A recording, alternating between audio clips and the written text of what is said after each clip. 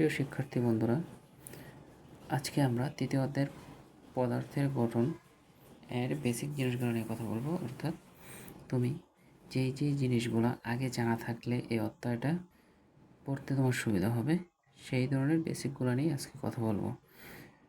যদি তুমি আমার চ্যানেলে নতুন হয়ে থাকো তাহলে অবশ্যই ফলো দিয়ে রাখতে পারো।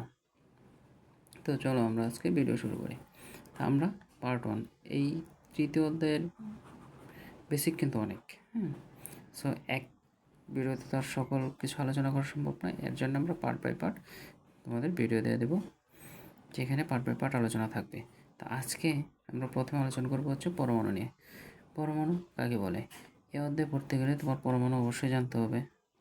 সো পরমাণুর সংজ্ঞা হচ্ছে মৌলিক পদার্থের ক্ষুদ্রতম কণা, যার মধ্যে মৌলের গুণাগুণ থাকে, তাকে পরমাণু বলে। অনেকে আবার সহজ করে এভাবে বলে মৌলিক পদার্থের ক্ষুদ্রতম কণাকে পরমাণু বলে, কিন্তু আমরা এইটাই গ্রহণ করব।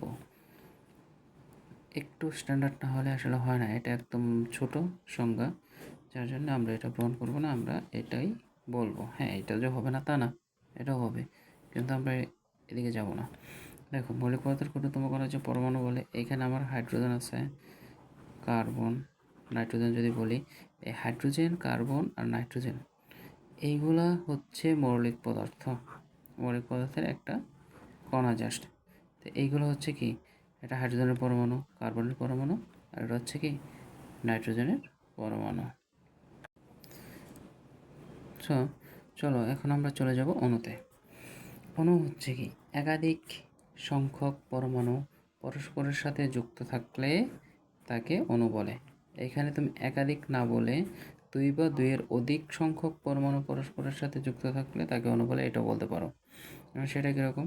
আমার যদি এখানে 2টা হাইড্রোজেন একসাথে থাকে তাহলে আমি H2 লিখব। তো এই H2 হচ্ছে হাইড্রোজেনের একটা অণু, আর এই H আর H হচ্ছে হাইড্রোজেনের এক একটা পরমাণু। এইখানে তুমি আরেকটা কথা যুক্ত করতে পারো যে 2 বা 2-এর অধিক অথবা একাধিক যাই বলো, পরমাণু পরস্পরের সাথে রাসায়নিক বন্ধনের মাধ্যমে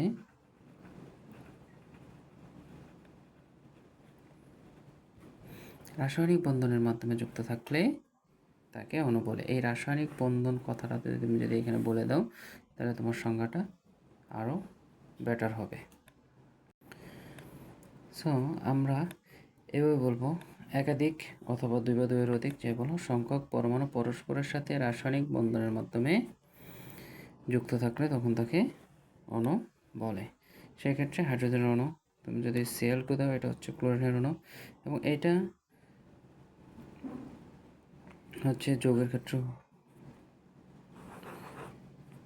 এটা হচ্ছে ক্লোরিনের অণু। তো আশা করি অণুর বিষয়টা তোমরা বুঝতে পারছো। এখন আমরা চলে যাব প্রতীকে। দেখো, মৌলের ইংরেজি এবং ল্যাটিন নামের সংক্ষিপ্ত রূপকে প্রতীক বলে।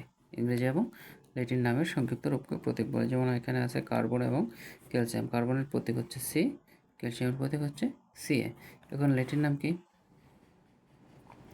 পটাশিয়াম। পটাশিয়ামের ল্যাটিন নাম যেহেতু, যেরকম মনে করো যে ক্যালিয়াম, তো এই ক্যালিয়াম থেকে কিন্তু আসছে পটাশিয়ামের প্রতীক, সেটা হচ্ছে পটাশিয়ামের প্রতীক হচ্ছে কে, কিন্তু পটাশিয়ামের প্রতীক নর্মালি কি পি হওয়ার কথা, কিন্তু পটাশিয়ামের প্রতীক হচ্ছে কে, কারণ পটাশিয়ামের ল্যাটিন হচ্ছে ক্যালিয়াম। তেমনি কপার, কপ্রাম, এই কপার থেকে আসছে Cu। সো এই কপার এবং পটাশিয়াম এই দুইটা মৌলের ল্যাটিন নাম থেকে কিন্তু তাদের প্রতীক আসছে। সো প্রতীক যদি তুমি লিখতে চাও তাহলে বলবো মৌলের ইংরেজি এবং ল্যাটিন নামের সংক্ষিপ্ত রূপকে প্রতীক বলে।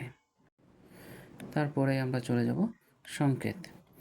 তো এই সংকেত নিয়ে অনেকে অনেক কথা বলে, যেমন যে সংকেতের সংজ্ঞা বইয়ে স্পেসিফিক নাই, 9-10-এর বইয়ে। তো এই ক্ষেত্রে যে যার মতো করে বলে, তা আমার মনে হয় এটা সবচেয়ে বেটার হবে। কোনো মৌল বা যৌগের অণুর সংক্ষিপ্ত রূপকে সংকেত বলে। কোনো মৌল অথবা যৌগের অণুর সংক্ষিপ্ত রূপকে সংকেত বলে। মনে রাখবা, সংকেত হচ্ছে যৌগেরও হয় এবং মৌলেরও হয়। সো এইখানে যে আমি দিচ্ছি দেখো, হাইড্রোজেন, Cl2, হচ্ছে chlorine, H2SO4, sulphuric acid, H2O, পানি। তো এইগুলো হচ্ছে এটা হচ্ছে হাইড্রোজেন অণুর সংকেত, এটা ক্লোরিন অণুর সংকেত। হাইড্রোজেন এবং ক্লোরিন কিন্তু মৌলিক পদার্থ বা মৌল, এবং যৌগ কি সালফিউরিক অ্যাসিড এবং পানি, এগুলা হচ্ছে যৌগ। তাহলে প্রতীক কি, সরি, সংকেত হচ্ছে তোমার মৌল এবং যৌগ উভয়েরই হয়ে থাকে। তাহলে সংকেত যদি আসে বা সংকেতের সংজ্ঞা যখন তুমি লিখবা, কী লিখবা? কোনো মৌল বা যৌগের অণুর সংক্ষিপ্ত রূপকে সংকেত বলে।